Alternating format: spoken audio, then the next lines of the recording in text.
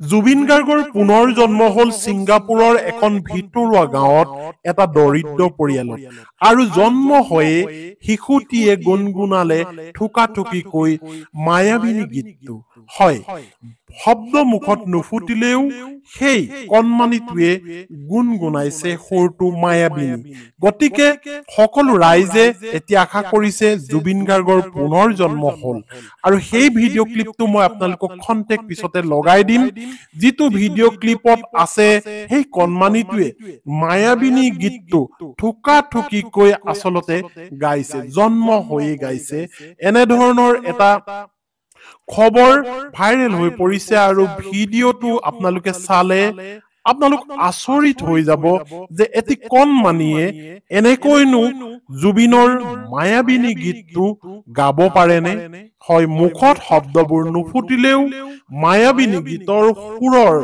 যি নিজস্ব বৈশিষ্ট্যতা আছে সেই বৈশিষ্ট্যতা ৰাখি গুণগুণাইছে ভিডিঅ' ক্লিপটো মই লগাই দিলে আপোনালোকে শুনি আচৰিত হ'ব আপোনালোকৰ গাৰ নোম শিয়ৰি উঠিব যে জুবিন গাৰ্গৰ পুনৰ জন্ম হ'ল হয় পৰমাত্মাই বিচাৰিলে এনে কাম নোহোৱা নহয় হ'ব পাৰে কাৰণ জুবিনৰ অনুৰাগী যদি আপুনি চাই লাখ লাখ জুবিনৰ অনুৰাগী আছে কোটিৰ ঘৰত বুলি ক'লেও ভুল নহ'ব কিয়নো জুবিনে যিখিনি কাম কৰি থৈ গ'ল ৰাইজৰ কাৰণে জনসাধাৰণৰ কাৰণে অসমৰ কাৰণে ভাৰতৰ কাৰণে সেই কাম আন সহজ মানুহে আন সাধাৰণ মানুহে কৰিব নোৱাৰে তেওঁক এজন দানবীৰ বুলিও আমি ক'ব পাৰো নিজৰ উপাৰ্জনৰ বহু এনেকুৱা টকা আনক দি সহায় কৰি দুখীয়াক দি আশ্ৰয় নথকা ব্যক্তিক আশ্ৰয় দি অসুখীয়া ব্যক্তিক তেওঁ টকাৰে সহায় কৰি বহু মানুহক সহায় কৰি গ'ল আৰু ইমান আত্মাই যেতিয়া লাখ লাখ আত্মাই যেতিয়া বিচাৰিছে জুবিন গাৰ্গৰ মৰম জুবিন গাৰ্গৰ জন্ম হোৱাটো গতিকে পৰমাত্মাই সেই জুবিন গাৰ্গক পুনৰ জন্ম দিছে ছিংগাপুৰৰ এখন ভিতৰুৱা গাঁৱত এটা দৰিদ্ৰ পৰিয়ালত আপোনালোকক ভিডিঅ' ক্লিপটো মই লগাই দিম খন্তেকতে আৰু সেই ভিডিঅ' ক্লিপটো দেখাৰ লগে লগে আপুনি হয়তো ভাবিব যে হয় পৰমাত্মা আছে জুবিন গাৰ্গৰ সেই শিশুটি নহলে জন্ম নহল হয় জুবিন গাৰ্গে হয়তো পুনৰ জন্ম নেপালে হয় যদি পৰমাত্মা নাথাকিল হয় ইমান ৰাইজৰ আত্মাই যেতিয়া বিচাৰিছে হাজাৰ হাজাৰ মানুহে লাখ লাখ মানুহে জুবিন গাৰ্গৰ জন্ম হোৱাটো যেতিয়া বিচাৰিছে পৰমাত্মায়ো চিন্তা কৰিছে যে জুবিন গাৰ্গক পুনৰ জন্ম দিয়া যাওক কাৰণ এইখন পৃথিৱীত এইখন ভাৰতত এইখন অসমত সৃষ্টিৰ আৰু কাম বাকী থাকি গ'ল জুবিন গাৰ্গৰ কাম আধৰুৱা হৈ ৰ'ল আৰু সেই আধৰুৱা কাম কৰিব পাৰিব কেৱল জুবিন গাৰ্গে গতিকে জুবিন গাৰ্গ এনেজন ব্যক্তি যিজন ব্যক্তিক আমি পৃথিৱী এই ধৰালৈ যদি পঠাও পৰমাত্মাই চিন্তা কৰিছে তেনে বহু ৰাইজৰ অন্তৰ হাত পৰিব বহু ৰাইজে আশা কৰি থকা মনৰ ভাৱবোৰ আচলতে পূৰণ হ'ব অন্তৰ হাত পৰি যাব গতিকেহে এই সিদ্ধান্তটো লৈ পৰমাত্মাই জুবিন গাৰ্গক এনেকৈ পঠাইছে এই ধৰিত্ৰীলৈ আৰু ধৰিত্ৰীলৈ পঠোৱাৰ লগে লগেই শিশুটিয়ে সেই দৰিদ্ৰ পৰিয়ালত জন্ম হোৱা সেই শিশুটিয়ে মায়াবিনী গীতটো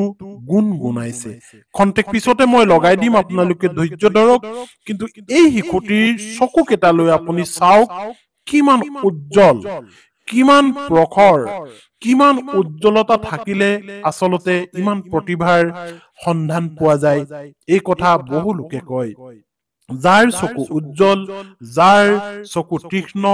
সেই চকুত থাকে সৃষ্টিশীলতা বহু সৃষ্টিশীলতা এনেকৈ সৃষ্টি হয় আৰু জুবিন গাৰ্গৰ যি আধৰুৱা কাম সেই আধৰুৱা কাম কৰিবৰ কাৰণে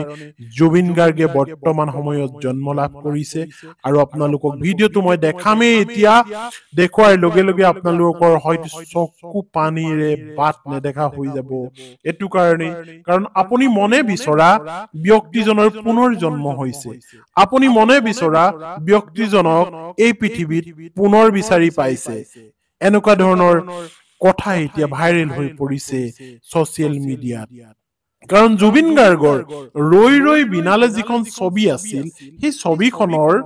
যিসকল অনুৰাগী যিসকল দৰ্শক সেই দৰ্শকসকলে এটা কাম কৰি আছে আপোনালোকে লক্ষ্য কৰিছে যি ব্যক্তিসকলে ৰৈ ৰৈ চিনেমাখন চাইছে সেই ব্যক্তিসকলে চকুৰ পানীৰে বাট নেদেখা হৈ গৈছে তেওঁলোকে জুবিন গাৰ্গক এই মহান শিল্পীজনক ওচৰৰ পৰা জীৱিত ৰূপত দেখি চকু পানীৰ ৰাখিব নোৱাৰিছে গতিকে হুকুকাই কান্দি পেলাইছে সেই চিনেমা গৃহৰ ভিতৰতেই আৰু চিনেমা গৃহৰ ভিতৰত কন্দাটোৱে আচলতে এটা কথা বুজাইছে যে জুবিন গাৰ্গক ভাল পোৱা ব্যক্তি এতিয়াও বহুত আছে বহুত হাজাৰ হাজাৰ আছে বহুত লাখ লাখ আছে হয়তো কোটিৰ ঘৰত আৰু তেওঁলোকে এই হাজাৰ হাজাৰ লাখ লাখ অনুৰাগীয়ে যেতিয়া বিচাৰিছে জুবিন গাৰ্গৰ জন্ম হোৱাটো গতিকেহে ছিংগাপুৰৰ এখন ভিতৰুৱা গাঁৱত এই শিশুটিৰ জন্ম হৈছে যিজন জুবিন গাৰ্গ আৰু এটা দুখীয়া পৰিয়ালত জন্ম হৈছে আৰু সেই জুবিন গাৰ্গ যিটি শিশু জন্ম হৈছে শিশুটিয়ে জন্ম হৈয়ে গুণগুণাইছে মায়াবিনী হয় আপোনালোকে হয়তো আচৰিত হৈছে এইখিনি কথা শুনি আচৰিত হ'ব লগাই কথাই কাৰণ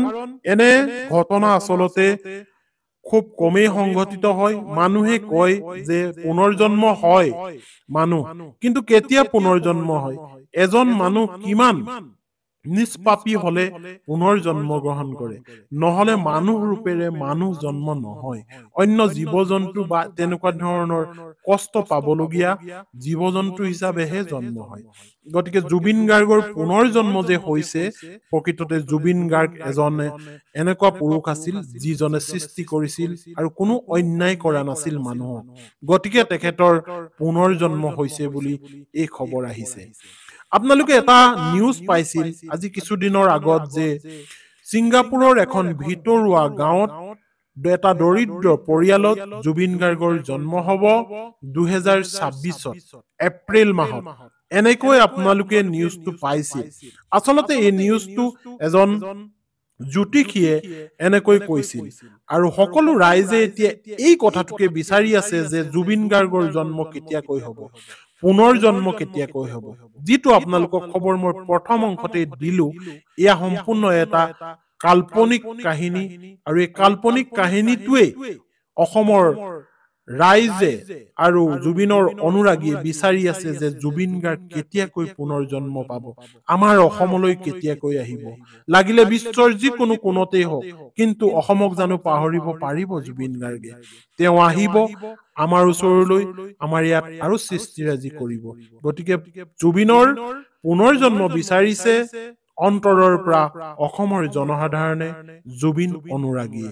ধন্যবাদ